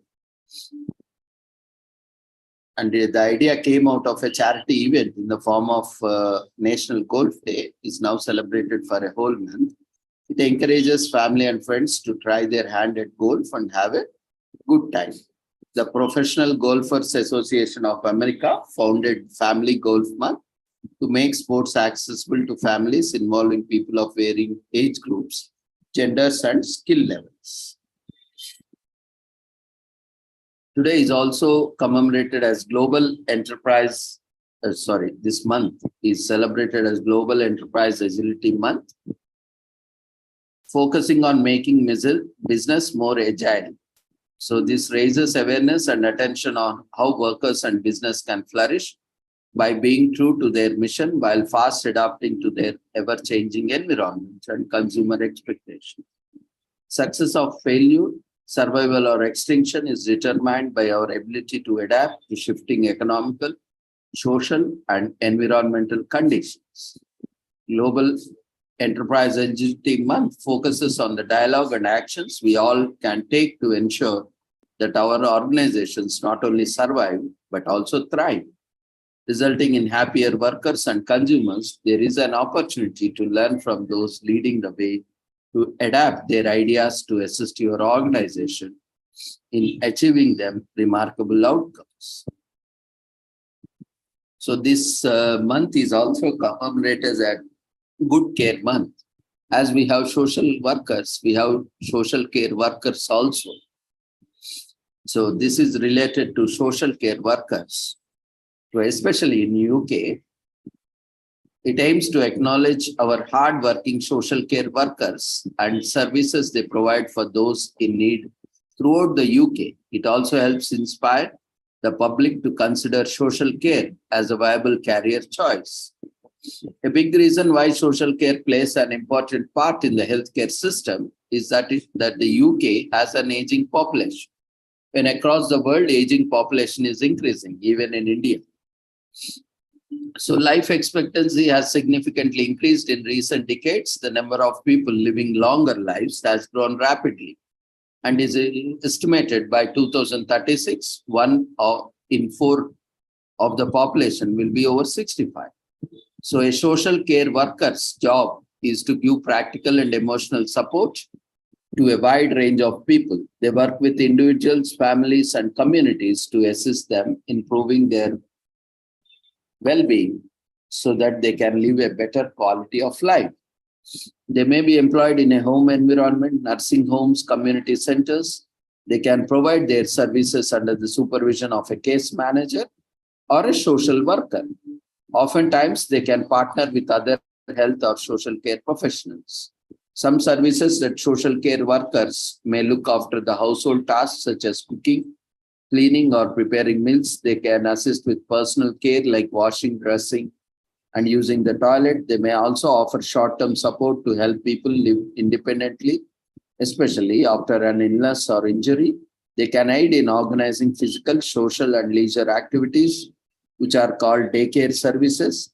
In some instances, they step into respite care, which allows them unpaid carer to take the break for an agreed amount of time. So they can assist in looking after an individual health issues or give them opportunities to socialize with other people. So social care can change lives. It enables people to carry out tasks they otherwise won't be able to do. Individuals are given the opportunity to live with dignity as much as independence as they can. Everyone is entitled to live life to the fullest, and social care can enable them to do so. The need to serve others is considered more of calling than a career to those involved in this profession. They deserve our appreciation not just for a month, but all year round. So the National Health Service brings free healthcare to all UK residents on July 5th, 1948. NHS is founded in UK, and caring for the care providers, Hertfordshire Care Providers Association, or HCPA, is created to improve quality of care providers in 2008. Around 19% of the UK population is made up of people around are aged 65 and over. So getting older, not better since 2019. So Gillian Keegan is appointed as Minister of State for Care and Mental Health, finding someone who cares in 2021. The HPCA mascot helps promote Good Care Month by visiting care homes since July 2021. So careers in social care don't require a degree, so you can take up social care worker without any formal qualification. So don't get confused by with the words social worker and social care or carer or social care worker.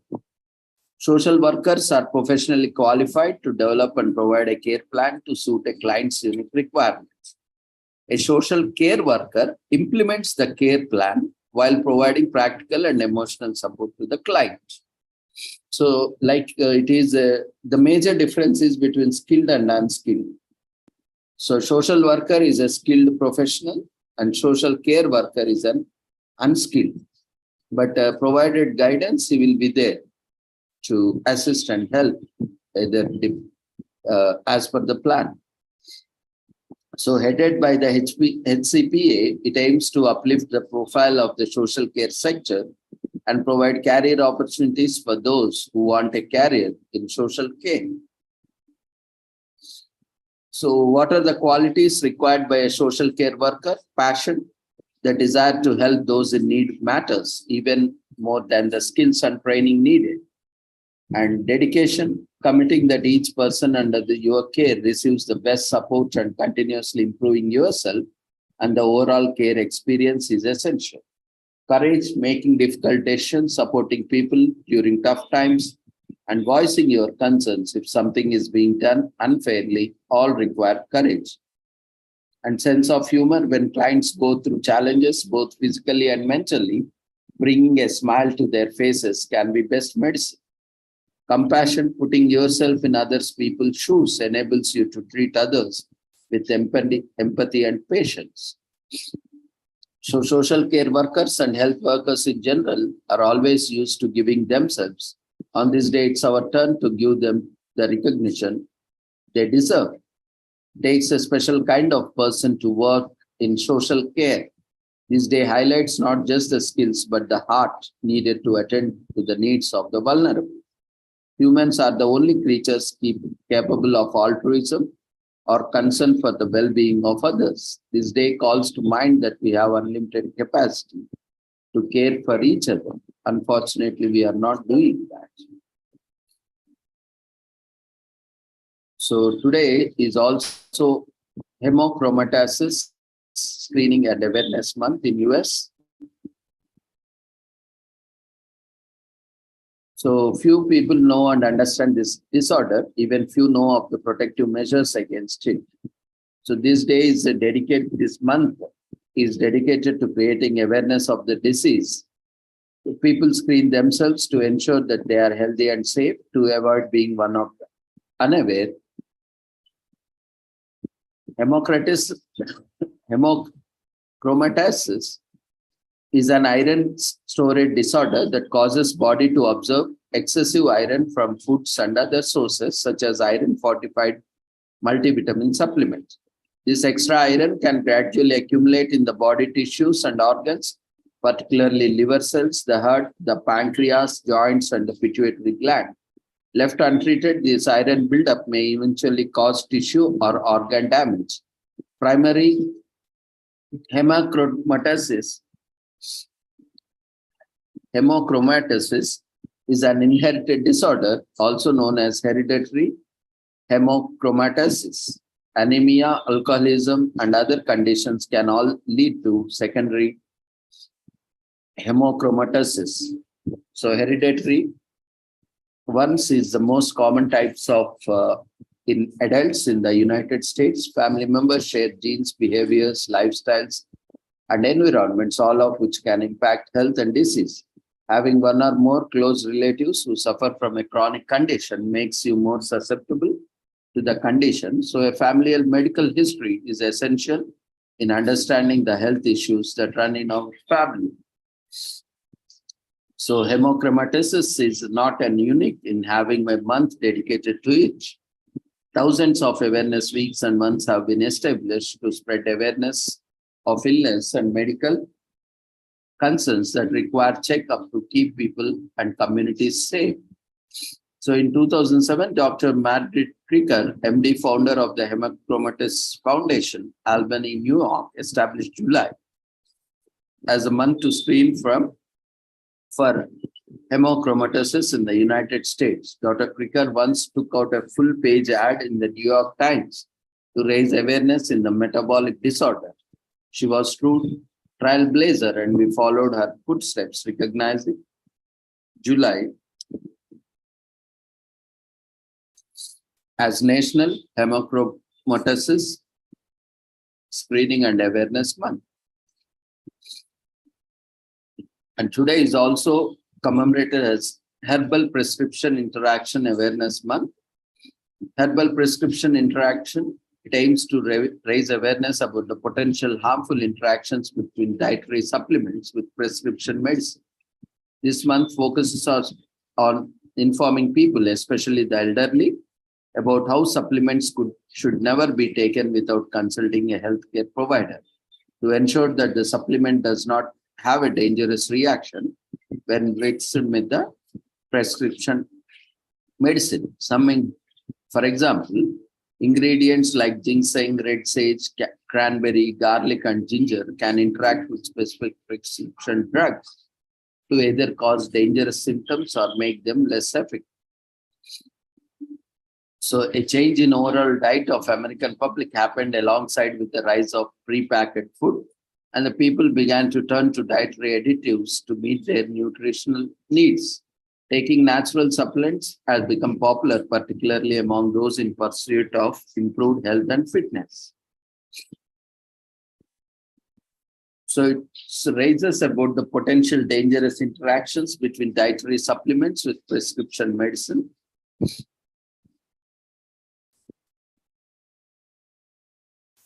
And finally, today is also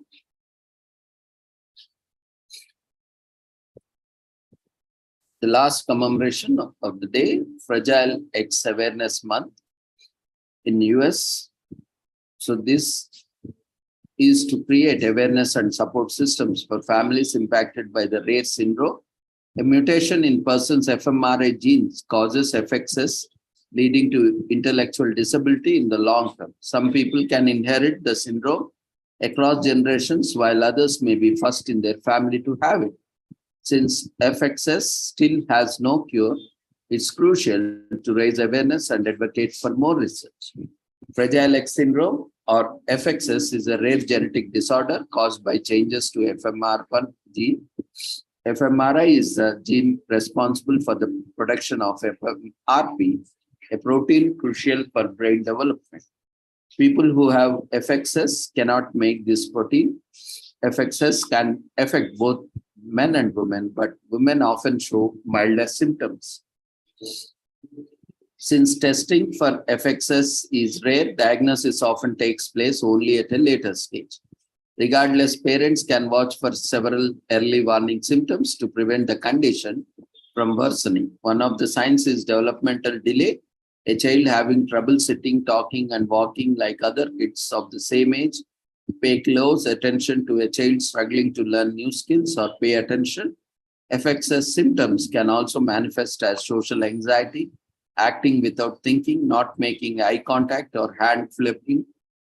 FXS can increase the chances of intellectual disability or autism spectrum disorder. It's worth remembering the FXS symptoms can look different for different people. The disease is more common in boys, but can affect boys and girls. Symptoms can range from severe to mild for both. Although FXS is a genetic, it doesn't necessarily mean that disease runs in family. The root lies in the size of person's FRM1 gene, which can vary from one person to the next. The gene can become progressively larger through generations, which is why some FXS patients will find no family history associated with the disease. FXS still has no cure, which is why an early diagnosis is imperative.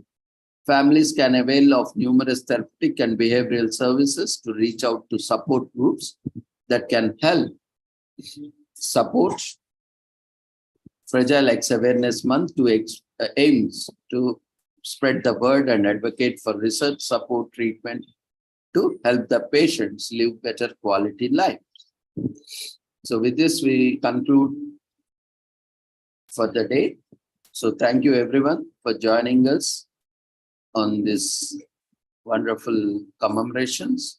So see you all tomorrow. We have international conference on world youth skills. We request everyone to register and participate. Those who can talk about skills, it can be any skills ranging in any field, like even trade. ITI is also skill, even in any field. For an advocate also, documentation is a skill, or you can even paralegal service is also skills. There's certain skills which are required. Even you can talk about life skills, or agriculture field, you can talk about related to skills, or IT, you can talk about computer skills. And all these things, all are related to skills only, especially when it comes to youth, because they need to get employed and they need to, get all these things. So for them, it is also a very good opportunity. So we request everyone to share, spread a word, and share with your friends and colleagues and known circles. And let's meet all tomorrow at 6 o'clock for the World Youth Skills Day, 2 days international conference. So before leaving, we request everyone to quickly fill up the feedback form. So see you all tomorrow.